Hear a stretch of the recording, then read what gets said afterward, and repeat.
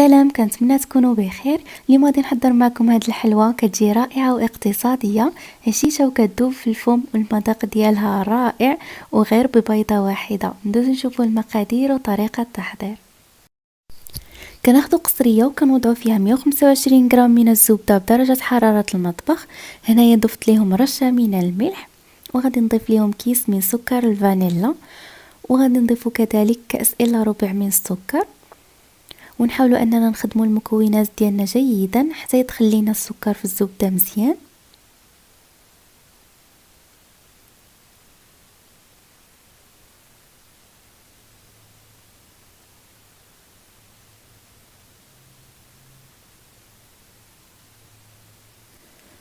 من بعد غادي نضيف كأس الا ربع من الزيت النباتيه، ونحاول انني ندخلها مزيان مع الزبده حتى يولي لي الخليط ديالي كريمي بهذه الطريقه هذه.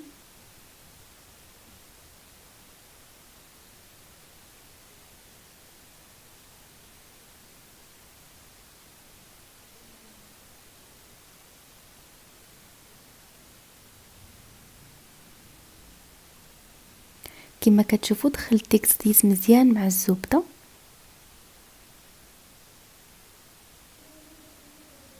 ودابا غادي نبدا نخلطها بهذه الطريقه هذه حتى تولي ليا كريميه مزيان.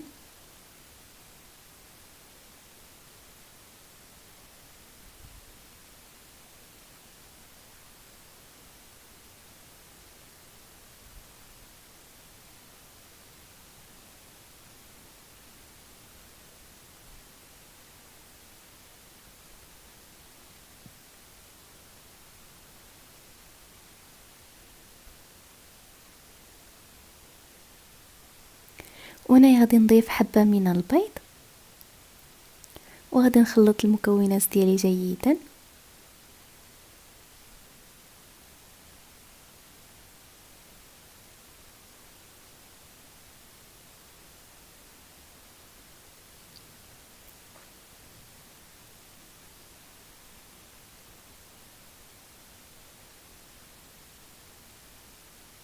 وهنايا غادي نسمها بفلون كراميل كيعطيها واحد اللذة رائعة صراحة.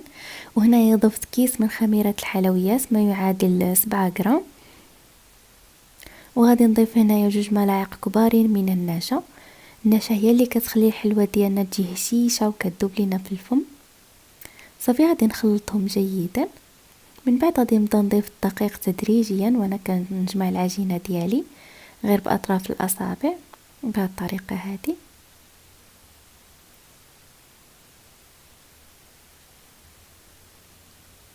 والعجينه ديالكم تكون شويه رطبه، ما تقصحوهاش وما تخليوهاش كذلك تلاصق في اليدين. صافي غادي نكمل نجمع العجينه ديالي ونرجع لكم. وهذا هو القوام ديال العجين اللي كنتحصلوا عليه. صافي هنايا خديت الصينيه ديال الفرن اللي دهنتها بالقليل من الزيت، وغادي نبدا نشكل العجينه ديالي الكرات بهذا الحجم، ونوضع الوجه ديالهم في السكر بهذه الطريقه هذه. من بعد نوضعهم في الصينيه، وانتم كتحكموا في الحجم ديال الكره على حسب الطابع. صافي انا غادي نكمل تشكيل العجينه ديالي كامله.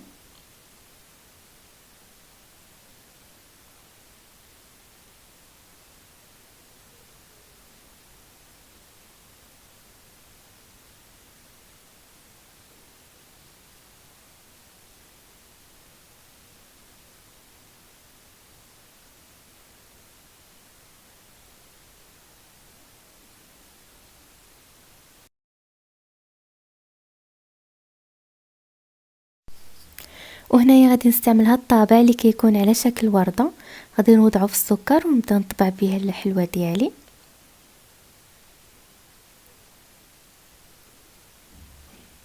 وهذا هو الشكل ديالو اللي كيعطينا صراحه كيجي زوين بزاف.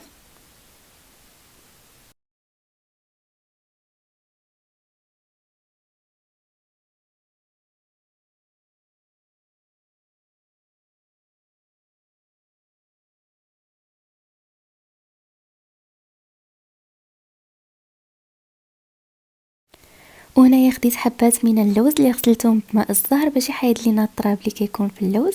من بعد زينت به بهذه الطريقه هذه.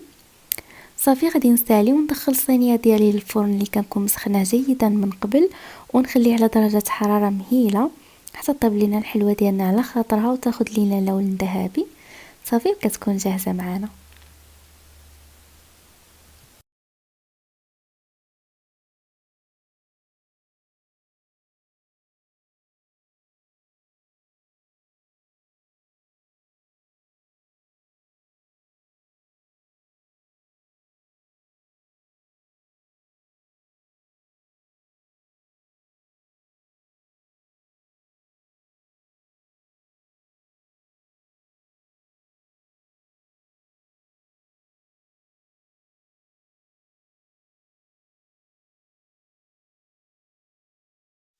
وهذا هو الشكل النهائي ديال الحلوى اللي حضرت معكم اليوم. صراحه كتجي رائعه ولذيذه بزاف، كنتمنى انكم تجربوها. واللي كيشوف القناه ديالي لاول مره ما ينساش يشترك فيها وفعل زر الجرس باش يتوصل بالجديد. بالصحه والراحه ومع السلامه.